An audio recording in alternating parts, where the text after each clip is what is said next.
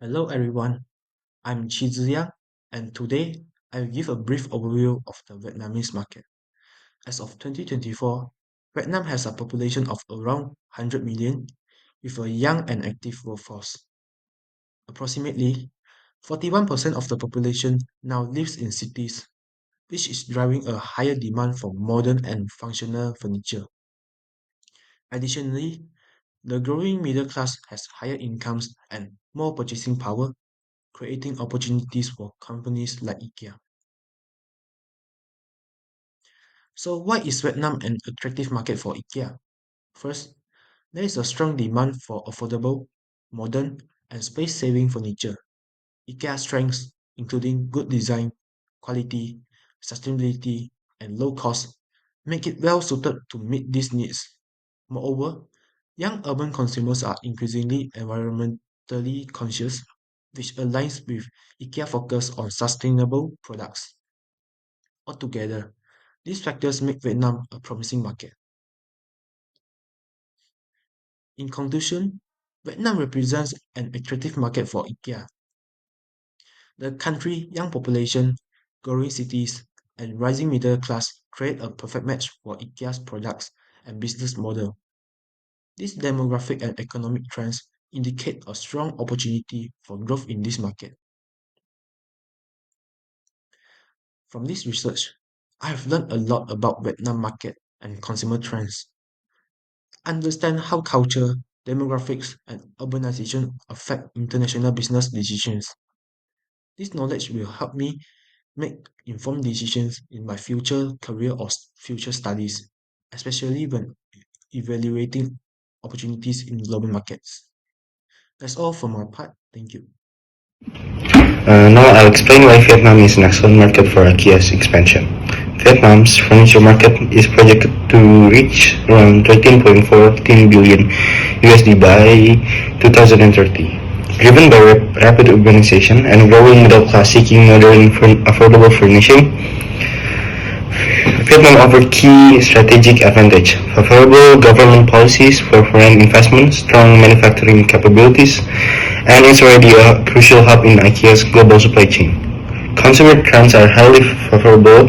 There is an e-commerce boom reaching young. IKEA's entry into Vietnam is a perfect example of global localization done right. Vietnam's growing economy, urbanization, and rising living standards make it an ideal market for IKEA's value proposition. However, success requires navigating cultural differences and maintaining ethical standards. If IKEA continues prioritizing cultural respect and operational excellence, this expansion becomes more than profit. It's an opportunity to raise industry standards and benefit local communities. Ultimately, IKEA's Vietnam strategy serves as blueprint for other global brands, demonstrating how to balance global values with local expectation while delivering quality, affordability, and sustainability. Thank you. I like to share 6 key learning from this coursework. First, I learned to evaluate market attractiveness using demographic, economic, and cultural data. Second, I developed cultural intelligence, understanding how to adapt business strategies to local values and social structure. Third, I recognize the importance of ethical consideration like labor standards and sustainability in global expansion. Fourth, I apply strategic frameworks to real-world scenarios, balancing global consistency with local adaptation. Fifth, I enhance my research skills synthesizing diverse sources into actionable recommendations. And finally, I understood how sustainable practice create competitive advantage in emerging market. This learning have equipped me with a comprehensive perspective on international business. Thank you. Hello everyone, my name is Noah Kwanda. Now I'm going to show you two key determinants and the challenges that likely to impact IKEA in Vietnam. The first one is language. Why? Because English is commonly used for business, it means there is some language barrier. While in the social structure, Vietnam is a collectivist and hierarchical with a strong family ties. Also, Vietnamese value durable furniture sets for their homes. And the last one is management style is very different. with Vietnamese. How to overcome these challenges? The first one is by hiring a local staff to make communication a lot easier, and also make a training in cross-cultural communication to maintain cultural sensitivity. While in social structure, we can adapting organizational structures to accommodate norms and employ local managers who can meet customer expectation. Also make an interesting ad and collaborating with Vietnamese influencers to attract people. Now moving on, there is three things I've learned from this task. The first one is the importance of adapting to local culture and respecting Vietnamese traditions for successful business and relationships. The second one is learn how IKEA's growth strategies help expand into new diverse markets like Vietnam. The last one is I've gained insight into Vietnamese customer preferences, values, and buying habits into better serve for their needs. That's all from me. Thank you. My name is Everji Pratamudiman. Now we're going to talk about the ethical consideration. First is about the labor practice and worker welfare. It is actually about the long working hour, low wages, and poor condition or poor occupational safety in some sectors.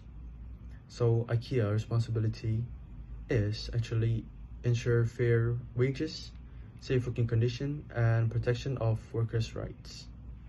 Second is about the environmental stewardship. So the challenge is actually risk of using non-eco-friendly materials and improper waste disposal. So IKEA focus on sustainable sourcing, waste minimization, and carbon reduction. Third is about combating corruption, the risk in supply chain, custom, land acquisition, and permits. So IKEA enforced the Highway Supply Code of Conduct, conduct regular audits to prevent bribery, forced labor, and other violations. The human rights enforcement, risk of child labor, modern slavery, and poor working conditions. IKEA apply international human rights standards across the entire supply chain. Now we're going to the personal reflection. First is about the policing is hard. In a weaker regulatory environment, the burden falls entirely on the company to enforce its own ethical code. This is fragile and costly responsibility. Second is people over product. Behind of the affordable goods are real people. So the ethical business is about protecting their dignity and safety. Ethic is a fight. So that integrity isn't a one-time goal, but a continuous battle against constant pressure like corruption. It requires relentless, active effort. Hello everyone, now I will presenting IKEA's expansion strategy into Vietnam, focusing on cultural insights, key recommendation, and my personal reflection. For task 6, we use the determinants of culture framework to understand Vietnamese consumers. Vietnam is a collectivist family-oriented society, meaning household decisions often involve multiple generations. IKEA's usually minimalize individualistic design need to adapt to communal living, multifunctional furniture, and space for family traditions such as altars. Language is also critical. Vietnamese is the primary language, so catalogs, signet, and digital content must be culturally resonant. Values influenced by Confucianism and Buddhism emphasize respect for others and social harmony. Sustainability is also important. An IKEA's timber smallholder model aligns with local environmental ethics. Additionally, younger consumers are digitally connected, so online engagement should reflect both family-oriented and collectivist values. For task 7, the key recommendations are design modular, space-efficient furniture for multi-generational households, incorporating traditional elements. Marketing should be localized in Vietnamese. Using emotional storytelling that highlights family and shared experience, ethical and sustainable supply chain should be strengthened through FSC certified timber, circular initiative, and governance mechanisms. Digital platforms and e-commerce should be user-friendly, interactive, and culturally sensitive. Finally, IKEA should engage with local communities through CSR programs and transparent grievance mechanism. From a personal reflections perspective, this project improved my cultural awareness and understand of how social structure, language, values, and sustainability affect consumer behavior. Also, develop strategic thinking by linking cultural insights to actionably recommendations like furniture design, marketing, and digital engagement.